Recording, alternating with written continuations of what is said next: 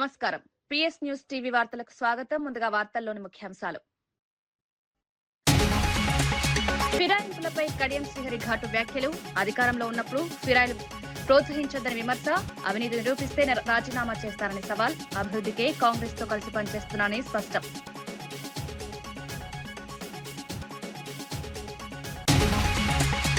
కేటీఆర్ వ్యాఖ్యలకు అద్దంకి దయాకర్ ఘాటు కౌంటర్. 3 ఏళ్ల పాలనపై విమర్శలు తిప్పికొట్టిన ప్రభుత్వం 10 ఏళ్లు పనిచేయాలని ప్రశ్న. కాంగ్రెస్ పాలనను పండుగలను ప్రజలు గుర్తిస్తున్నారని వ్యాఖ్య.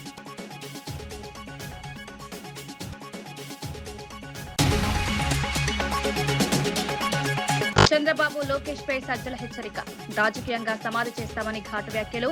లోకేష్ డిఫాక్టో సీఎంగా వ్యవహరిస్తున్నారని ఆరోపణ. ప్రజలు నిజాలను గుర్తిస్తారని విశ్వాసం.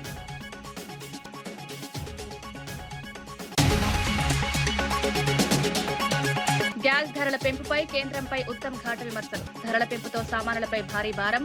చిన్న వ్యాపారులు తీవ్రంగా నష్టం. నిర్ణయం పునరాలోచించాలని కేంద్రానికి demand.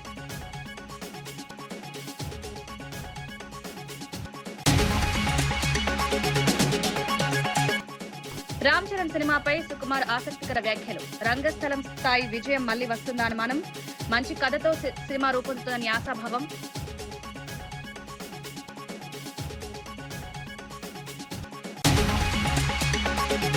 MLA Kadiyam Srihari BRS పై తీవ్ర విమర్శలు చేశారు. అధికారంలో ఉన్నప్పుడు పార్టీ ఫిరాయింపులను ప్రోత్సహించింది అదే బీఆర్ఎస్ అన్నారు. ఇప్పుడు ఇతరులు చేస్తే తప్పంటున్నారని ప్రశ్నించారు. కేసీఆర్ కుటుంబంలోనే అవినీతి ఆరోపణలు వస్తున్నాయని వ్యాఖ్యానించారు. తన 32 ఏళ్ల రాజకీయ జీవితంలో ₹1 అవినీతి నిరూపించినా వెంటనే రాజీనామా చేస్తారని సవాల్ విసిరారు. నియోజకవర్గ అభివృద్ధి కోసమే కాంగ్రెస్ ప్రభుత్వంతో కలిసి పనిచేస్తున్నామన్నారు.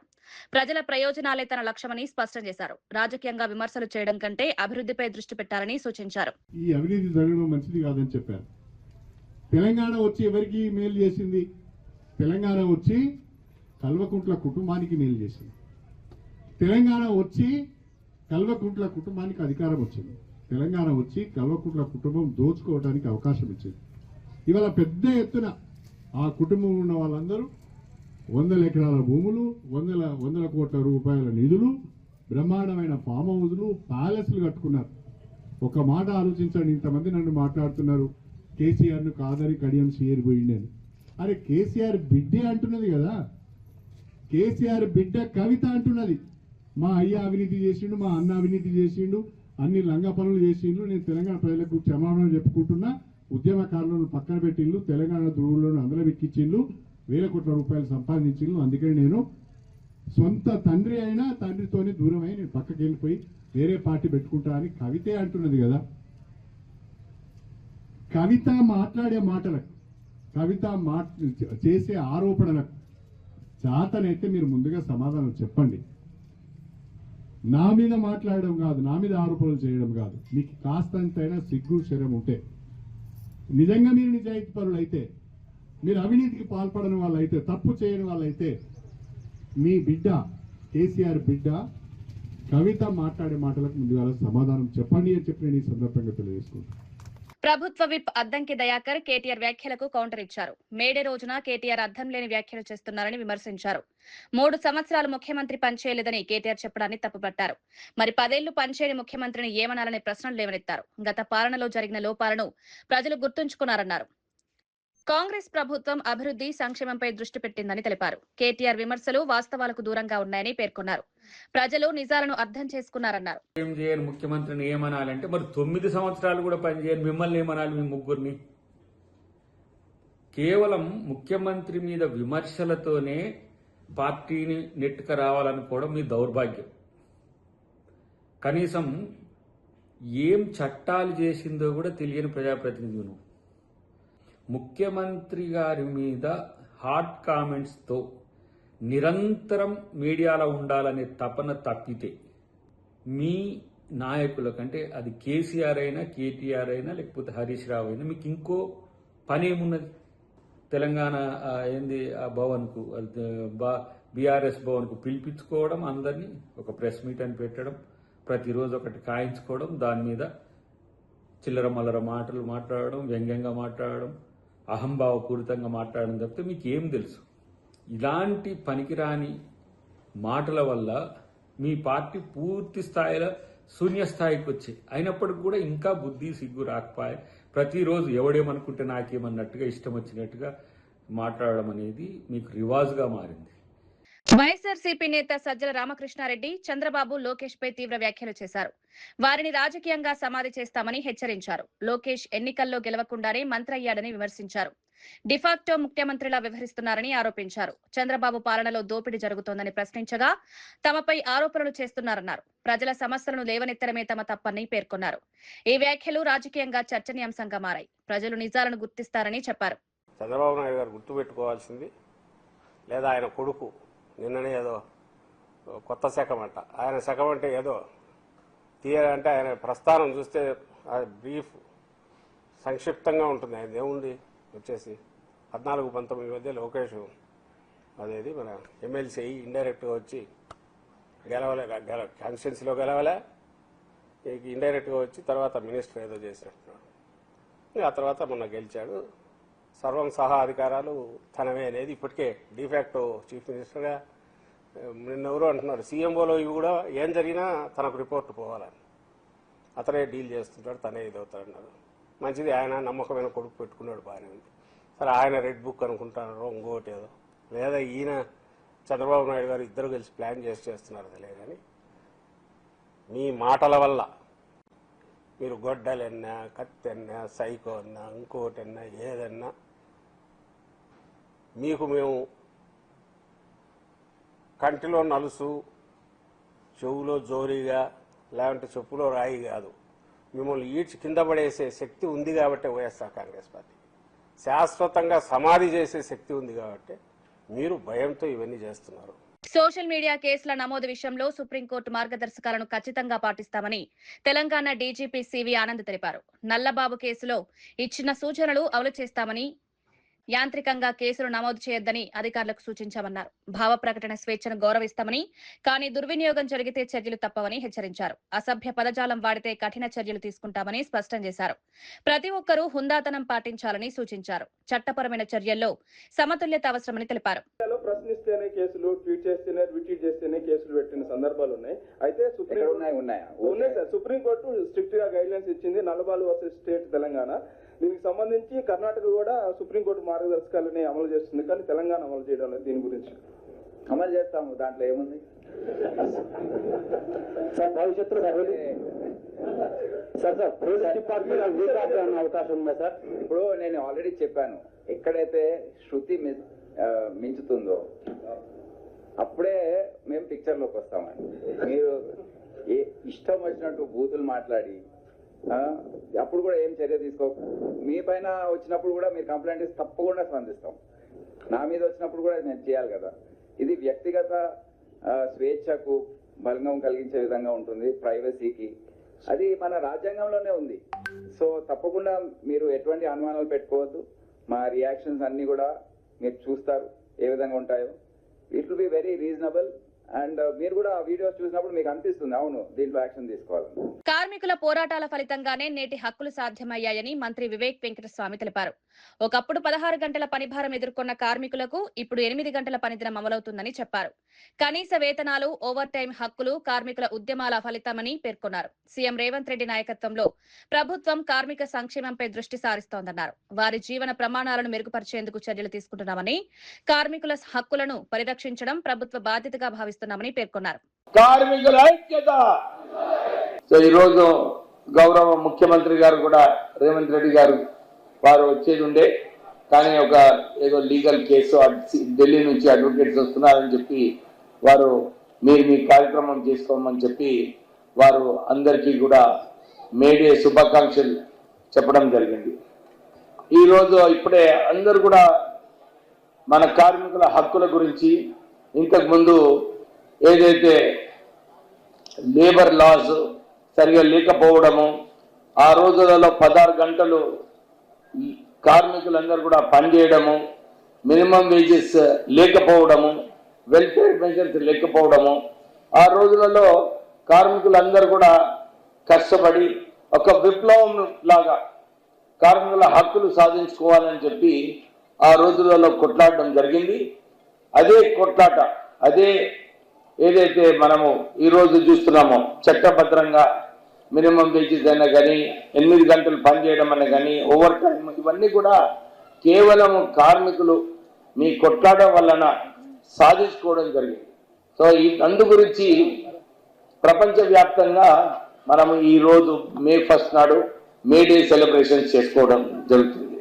సో ఈ సందర్భంలో ఇంతకుముందు చెప్పినట్టు ఆ రోజులలో మినిమం వేజెస్ ఉండకపోయేది, 5 రూపాయలు ఇంక్రిమెంట్ కోసము మేనేజ్మెంట్స్తో స్ట్రైక్ మీద యూనియన్స్ వెళ్ళేది. కానీ మార్పులు చాలా వచ్చినాయి. ఇప్పుడు యాజమాన్యాలు కూడా ముందుకు వస్తున్నారు. మా కార్మికులకు మేము సరిగా చూసుకునే అవసరం ఉన్నది, మేము మా కార్మికులకు మినిమం వేజెస్ ఇవ్వాలా, ఇవన్నీ కూడా చాలా పాజిటివ్గా నడుస్తున్నాయి. ఎందుకంటే నాకు మంచిగా గుర్తుంది, మా నాన్నగారు లేబర్ మినిస్టర్గా ఉన్నప్పుడు చాలా ధర్నాలు, కన్సిలియేషన్ మీటింగ్స్ పెద్ద ఎత్తున అయ్యేటివి. కానీ లేబర్ మంత్రిగా అయిన తర్వాత చాలా తక్కువ వస్తున్నాయి నాకు కేసెస్. అంటే మేనేజ్మెంట్స్ ప్రోయాక్టివ్నెస్ కూడా లేబర్ కార్మికుల డిమాండ్స్ ఏదైతే ఉన్నాయో అవి కూడా సరిగా పరిశీలించి అందరు మేనేజ్మెంట్ వర్కర్స్ ఇద్దరు కలిసి కూడా ముందుకు వెళ్తున్నారు. మన బడ్జెట్లో కూడా 90 కోట్ల రూపాయలు కేవలం మన పిల్లల కమర్షియల్ ఎల్పీజీ సిలిండర్ ధరను భారీగా పెంచడంపై మంత్రి ఉత్తమ్ కుమార్ రెడ్డి తీవ్ర విమర్శలు చేశారు. 993 రూపాయల పెంపుతో సామాన్య ప్రజల నడ్డి విరిగిపోయే పరిస్థితి ఏర్పడిందన్నారు. దాదాపు 35% పెరిగిన ఈ ధరలతో హోటళ్లు, చిన్న వ్యాపారాలు, స్ట్రీట్ వెండర్లు తీవ్రంగా నష్టపోతారని తెలిపారు. ఇప్పటికే పెరిగిన జీవన వ్యయాల మధ్య ఈ పెంపు మరింత భారంగా మారిందని పేర్కొన్నారు. ధరల నియంత్రణలో కేంద్రం విఫలమైందని విమర్శించారు. ప్రజలపై పడుతున్న భారం తగ్గించేందుకు వెంటనే చర్యలు తీసుకోవాలని డిమాండ్ చేశారు. ఈ నిర్ణయం పునరాలోచించాల్సిన అవసరం ఉందన్నారు. It is very unfortunate that the government of India has increased the prices of commercial LPG cylinders by 993 rupees, almost 1000 rupees. That means by about 30-35%, they have increased the price of the 19 kg LPG cylinder, which is used in hotels, cafes, restaurants, small businesses, street vendors, etc. This will immediately have a cascading effect, and the cost of food prices on the street will go up and will affect the common man in a very big way. We've been telling right through that the BJP government is cheating the people of India. They are waiting for the polling to be over to raise the prices, and within 24 hours of West Bengal polling being over, they have raised the prices of commercial LPG by about 30-35%, by 993.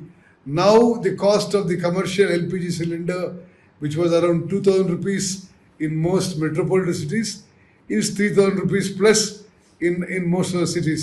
Very unfortunate. We criticize this move of the government of India, and we demand that such a steep hike is unwarranted. దేశానికి స్వాతంత్ర్యం వచ్చి దశాబ్దాలైన కార్మికుల హక్కుల కోసం ఇంకా పోరాటం కొనసాగుతూనే ఉందని మంత్రి జూపల్లి కృష్ణారావు తెలిపారు. మనం చూస్తున్న అభివృద్ధి వెనుక కార్మికుల కష్టం ఉందని గుర్తు చేశారు. గాంధీజీ చెప్పిన డిగ్నిటీ ఆఫ్ లేబర్ స్ఫూర్తితో ప్రతి పనిని గౌరవించాలన్నారు. సమాజ నిర్మాణంలో కార్మికుల పాత్ర ఎంతో ముఖ్యమని పేర్కొన్నారు. వారి హక్కులను పరిరక్షించడం మనందరి బాధ్యత అన్నారు. కార్మికుల జీవన ప్రమాణాలు మెరుగుపరిచేందుకు ప్రభుత్వం కట్టుబడి ఉందన్నారు. సమానత్వంతో కూడిన సమాజం కోసం అందరూ కలిసి పనిచేయాలని పిలుపునిచ్చారు. హక్కులు కాపాడుకోవడానికి ఒక సంఘంగా ఒక శక్తికి ఏర్పాటు చేసి మరి సుమారుగా 100-150 సంవత్సరాలు అనుకుంటాం. అయినా కూడా దేశానికి స్వాతంత్రం వచ్చి 70 సంవత్సరాలు. ఈనాటి కూడా మనం ఈ కార్మిక హక్కుల గురించి ఎన్ని మాట్లాడుకున్నా జరిగింది తక్కువ, జరగాల్సింది ఎక్కువ, చేసింది తక్కువ, చేయాల్సింది చాలా ఎక్కువ ఉంది. అవునా కాదా? ఈరోజు మనం ఇక్కడ రవీంద్రబాద్ నుంచి మాట్లాడుకున్నా, మన ఇంట్లో ఉన్న ఆకాశ హర్మ్యాలు చూసినా, వైట్ హౌస్ అయినా సరే, అంటే ప్రతిది కూడా ప్రతి నిర్మాణ రంగంలో కానీ అట్లాగే కార్మికులు, కర్షకులు, పొలాల వ్యవసాయం పనిచేసే కూలీలు కావచ్చు, ఇంట్లో పనిచేస్తున్నటువంటి కార్మికులు చాలా మంది ఉన్నారు. లక్షలాది మంది. తరాలు గడిచినా వాళ్ళ తలరాతలు మారడం లేదు. మహాత్మా గాంధీ గారు డిగ్నిటీ ఆఫ్ లేబర్ గురించి, శరీరం పైన అంటే చెట్టు లేకపోయినా ప్రపంచాన్ని ఒక వారు చేసినటువంటి ఒక స్వాతంత్రోద్యమ సందర్భంలో అహింసావాదం కావచ్చు, సత్యాగ్రహం ద్వారా ప్రపంచానికి ఆదర్శం ఇవ్వడం జరిగింది. ఆ స్థాయిలో ఉన్న వ్యక్తి కూడా మరుగుదొడ్లు క్లీన్ చేయాలంటే మనం క్లీన్ చేసుకోవాలని చెప్పడం జరిగింది. That is dignity of labour. ఈ రోజున సాంకేతిక పరిజ్ఞానం పెరుగుతున్న కొద్దీ పెరగాలి, అవసరమే. సంపద పెరుగుతుంది, అది వ్యక్తులైనా సంస్థలైనా ప్రాక్టీస్ అయినా కూడా మానవీయ కోణం అనేది పెరగడం లేదు. సంగారెడ్డి ప్రభుత్వ బాలికల జూనియర్ కాలేజ్ అభివృద్ధికి అరబిందో ఫార్మా మరోసారి ముందుకొచ్చింది. గతంలో 6 కోట్లతో నిర్మించిన భవనం తర్వాత ఇప్పుడు అదనపు తరగతి గదులు, ఆడిటోరియం నిర్మాణానికి సహకరించనుంది. ఎమ్మెల్యే జగ్గారెడ్డి వినతి మేరకు ఈ నిర్ణయం తీసుకున్నారు. ఇప్పటికే విద్యార్థుల సంఖ్య పెరగడంతో సౌకర్యాల కొరత ఉన్న నేపథ్యంలో ఈ చర్య తీసుకున్నారు.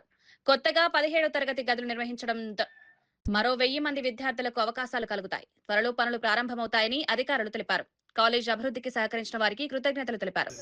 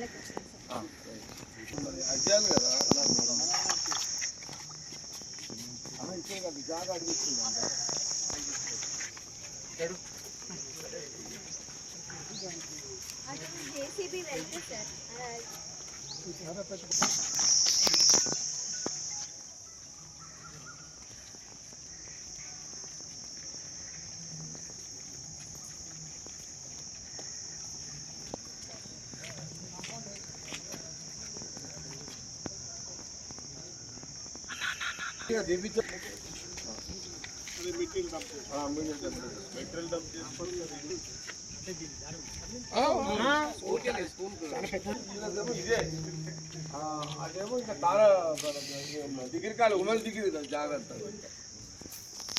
ఇది కూడా వేసుకోవచ్చు, కాకపోతే ఇది గర్ల్స్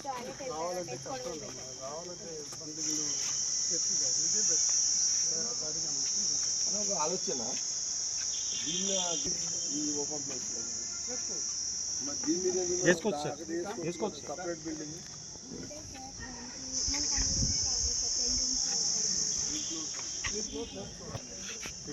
గ్రౌండ్ ఫస్ట్ ముసలిలో మనం ఎక్కుతున్నాం, కా పిల్లలు ఎక్కకపోతే అది కూడా ఎక్కకపోతే వాళ్ళేం పని చేస్తారు. అది చేసుకుందాము, అది ఏమైనా ఉంటే చేద్దాము. ఇంకో బిల్డింగ్ ఎందుకు, బెస్టే కదా. ఇంకా జాగా వాడతాం ఏమి దాంట్లో ఇది బెస్ట్. ఇక ఆ బాత్రూమ్ కూడా తీసేస్తారు. ఈ దీనికి దాన్ని కలిపి బాత్రూమ్స్ ఒక పక్కకు పెట్టుకోవచ్చు మనం, అంతే కదా. ఏమంటుంది మీకు బెస్ట్ కదా, ఇదే బెస్ట్. మీకు కావాల్సింది అదే, అది వేరు, అది వేరు. ఇంకో రిక్వెస్ట్ అని ఒకటి, దీని మీద ఒక షెడ్ టైప్ ఒకటి కన్స్ట్రక్ట్ చేస్తుంది కదా బెస్ట్. దీన్ని అడ్వర్టైజ్ కింద వాడుకుంటారు, బెస్ట్ కదా. అదొక్కసారి చెక్ చేసి ఇంత మనం వేస్తే ఇది ఒక షెడ్ పైన అదే వేస్తాం కదా, ఒకటి వేసుకున్నాం అనుకో ఫంక్షన్ కానీ వీళ్ళు ఆడిటోరియం కింద వాడుకోవచ్చు. అది ఓపెన్ షెడ్, ఓపెన్ షెడ్ వేసేస్తే అక్కడ స్టే చేసుకుంటే వీళ్ళు ఆడిటోరియం కింద వాడుకోవచ్చు. ఈ బిల్డింగ్ తీసుకున్నాం, ఇది బెస్ట్ కాదు. ఇలా తీసేస్తారు బస్ అయిపోతుంది.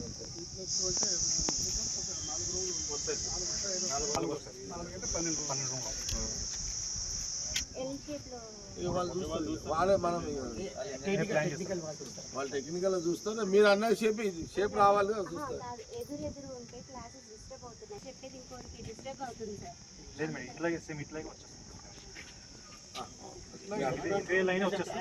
సేమ్ కంటిన్యూ అవుతుంది. 1 2 3 అట్లా కరెక్ట్. సేమ్ ఉంటుంది,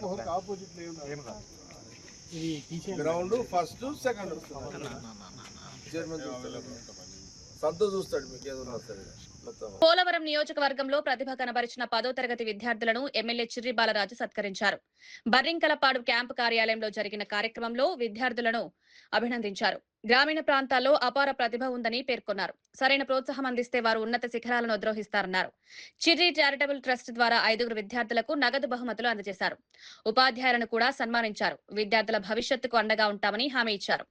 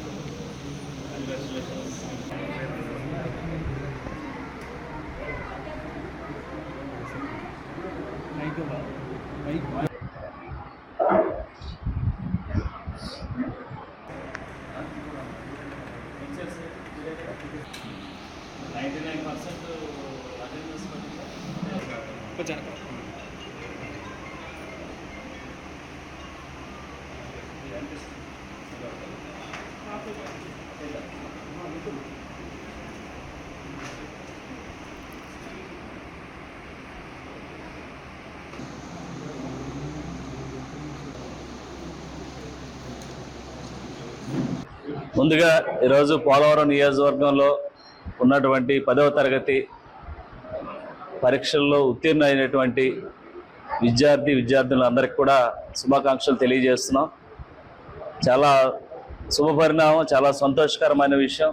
ఎందుకంటే 100% ఈరోజు ఏజెన్సీ ప్రాంతాల్లో గవర్నమెంట్ స్కూల్ నుంచి ఇటు మన విద్యార్థులు ఒక మంచి ఉత్తీర్ణతతో పాస్ అవ్వటం, అలాగే మండలంలో జీలిగిమెల్లి ఫస్ట్, థర్డ్ వస్తే అంకనగూడెం సెకండ్ వచ్చి ఈరోజు జీలిగిమెల్లి మండలంలో 10వ తరగతి ఉత్తీర్ణత ఒక మంచి విజేతగా నిలిచారు. వారందరికీ కూడా హృదయపూర్వక శుభాకాంక్షలు తెలియజేస్తున్నాం.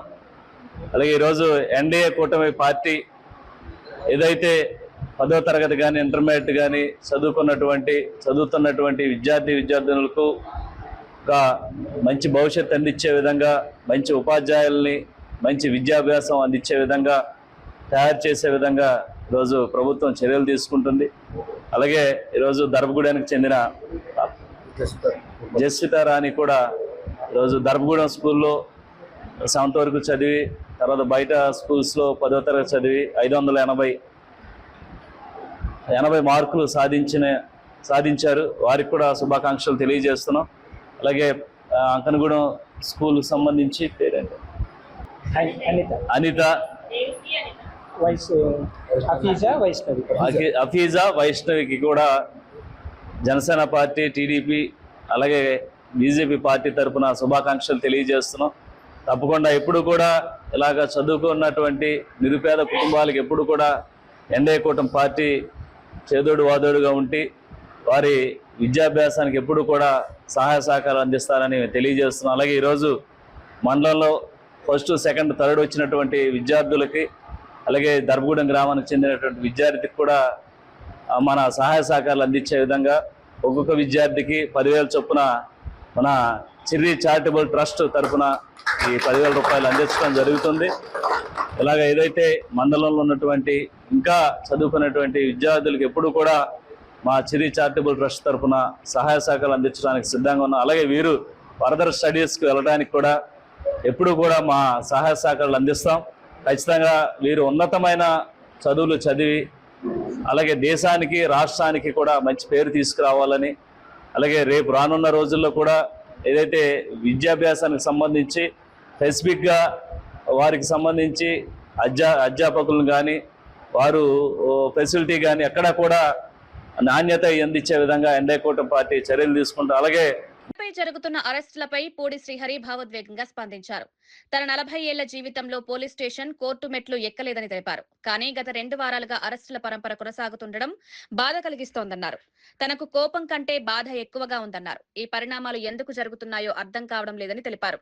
చట్టపరంగా పోరాడతానని స్పష్టం చేశారు. తనపై జరుగుతున్న చర్యలు అన్యాయమని భావిస్తున్నట్లు పేర్కొన్నారు. పరంపర ప్రక్రియ ఇవాళ మే 1 వరకు కొనసాగింది. దాదాపు 2 వారాలు. మాలాంటి వాళ్ళ జీవితాల్లో ఎప్పుడు పోలీస్ స్టేషన్ గడప తొక్కడం కానీ, లేకపోతే కోర్టులు గడప తొక్కడం కానీ ఇప్పటివరకు చేయలే. నా 48 ఏళ్ళ జీవితంలో కానీ మా కుటుంబ జీవితంలో కానీ ఎప్పుడు కూడా కోర్టులు మెట్లు ఎక్కడం అనేది ఎప్పుడు జరగలేదు. ఈ 15 రోజుల పరిణామాలు చూసిన తర్వాత నాకు ఎవరి మీద ద్వేషం లేదు, ఆగ్రహం లేదు, కానీ బాధ అయితే కలుగుతుంది. ఆ బాధ నేను ఇబ్బంది పడ్డానని కన్నా సమాజంలో ఇలాంటి పరిస్థితులు ఏంటి, ఇలా వచ్చాయి ఏంటి అనే ఒక రకమైన బాధ మాత్రమే నాలాంటి వాళ్ళని చాలామందిని తొలిచేస్తూ ఈ 2 వారాల్లో తొలిచేసింది. వాస్తవంగా కోర్టులో వాదనలు విన్నప్పుడు కూడా పొన్నవాళ్ళు గారు నా తరపున అన్ని సందర్భాల్లో చాలా గట్టిగా వాదించినప్పుడు కూడా ప్రభుత్వం వైపు నుంచి వస్తున్న అభియోగాలు మాత్రం తీవ్రమైన ఆందోళన కలిగించాయి. అసలు జర్నలిజం చేయడం అంటే ఒక ఆర్గనైజ్డ్ క్రైమా, సో ఈ రకంగా కూడా జర్నలిజాన్ని చూడొచ్చా అనే భావన నాకు తొలిసారిగా కలిగింది ఆ వాదన విన్న తర్వాత. నేను గత ప్రెస్ మీట్లోనే చెప్పాను, సాధారణంగా రామ్ చరణ్ కొత్త సినిమాపై దర్శకుడు సుకుమార్ ఆసక్తికర వ్యాఖ్యలు చేశారు. రంగస్థలం తర్వాత మరోసారి ఆ స్థాయి విజయం వస్తుందా అన్న సందేహం తనలో ఉందన్నారు. నిర్మాత సతీష్ మంచి విజయాలు సాధించాలని ఆకాంక్షించారు. రామ్ చరణ్ హీరోగా బుచ్చిబాబు దర్శకత్వంలో సినిమా రావడం ప్రత్యేకమని చెప్పారు. ఈ ప్రాజెక్టుపై అందరిలో ఆసక్తి ఉందని పేర్కొన్నారు. సినిమా విజయంపై ఆశాభావం వ్యక్తం చేశారు. మంచి కథతో ప్రేక్షకులను ఆకట్టుకునేలా సినిమా రూపొందుతుందని తెలిపారు. చిత్రంపై అంచనాలు పెరుగుతున్నాయని చెప్పారు. స్వచ్ఛమైన చిరునవ్వుతో ఎప్పుడు గట్టిగా హక్ చేసుకుని నన్ను చూస్తూ ఎప్పుడు పలకరిస్తుండేవారు. నేను ఒకటే అనుకునేవాడిని, రంగస్థలం కనుక మళ్ళీ సూపర్ హిట్ అవ్వాలి, మళ్ళీ ఒకవేళ సినిమా ఏదైనా అయితే ఈ చిరునవ్వు ఉంటుందా లేదా నన్ను పలకరించడానికి, అంతే ప్రేమతో పలకరిస్తారా లేదా అని భయపడేవాడిని. నేను రంగస్థలం సక్సెస్ మీట్లో అదే చెప్పాను. నేను సక్సెస్ ఫంక్షన్లో నేను ఈ సినిమా సూపర్ అంటే సినిమా హిట్ అవ్వాలని కోరుకున్నాను అంటే మళ్ళీ అంతే ప్రేమతో నేను పలకరించాలి అని కోరుకున్నాను. ఈవెన్ పుష్ప కూడా అదే చెప్పాను యాక్చువల్గా. సో మైత్రి మూవీస్లో అందరికీ మమ్మల్ని అందరినీ ప్రేమతో పలకరించి మంచిగా చూసే వాళ్ళందరినీ ఆయన తర్వాత ఆయన ప్రొడ్యూసర్గా మొదటి సినిమా చేస్తున్నారు. We are so happy actually. అందరూ అనుకున్నాం ఈయన మంచి ప్రొడ్యూసర్ కావాలని. సో అది రామ్ చరణ్ గారు హీరోగా బుచ్చిబాబు డైరెక్షన్లో మొదటి సినిమా కావడానికి చాలా ఫ్రాంక్లీ చెప్పాలంటే ఆయన ప్రేమ అండ్ అదృష్టం కూడా. And wishing the best first Satish గారికి అండ్ లవ్ యూ. వార్తలు ముగించే ముందు ముఖ్యాంశాలు మరోసారి. ఫిరాయింపులపై కడియం శ్రీహరి ఘాటు వ్యాఖ్యలు. అధికారంలో ఉన్నప్పుడు ఫిరాయిలు ప్రోత్సహించొద్దని విమర్శ. అవినీతి నిరూపిస్తే రాజీనామా చేస్తారని సవాల్. అభివృద్ధికే కాంగ్రెస్ తో కలిసి పనిచేస్తున్నానని స్పష్టం.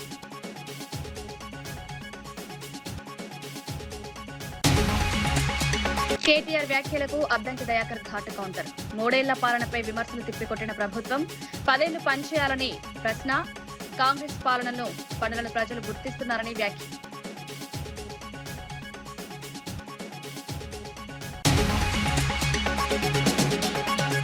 చంద్రబాబు లోకేష్ పై సజ్జల హెచ్చరిక. రాజకీయంగా సమాధి చేస్తామని ఘాటు వ్యాఖ్యలు. లోకేష్ డిఫాక్టో సీఎంగా వ్యవహరిస్తున్నారని ఆరోపణ. ప్రజలు నిజాలను గుర్తిస్తారని విశ్వాసం.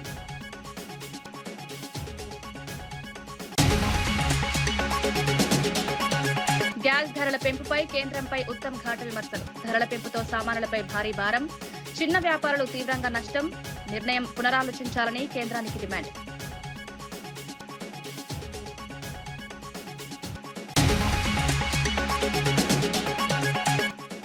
రామ్ చరణ్ సినిమాపై సుకుమార్ ఆసక్తికర వ్యాఖ్యలు. రంగస్థలం స్థాయి విజయం మళ్లీ వస్తుందా అనుమానం. మంచి కథతో సినిమా రూపొందుతుందని ఆశాభావం.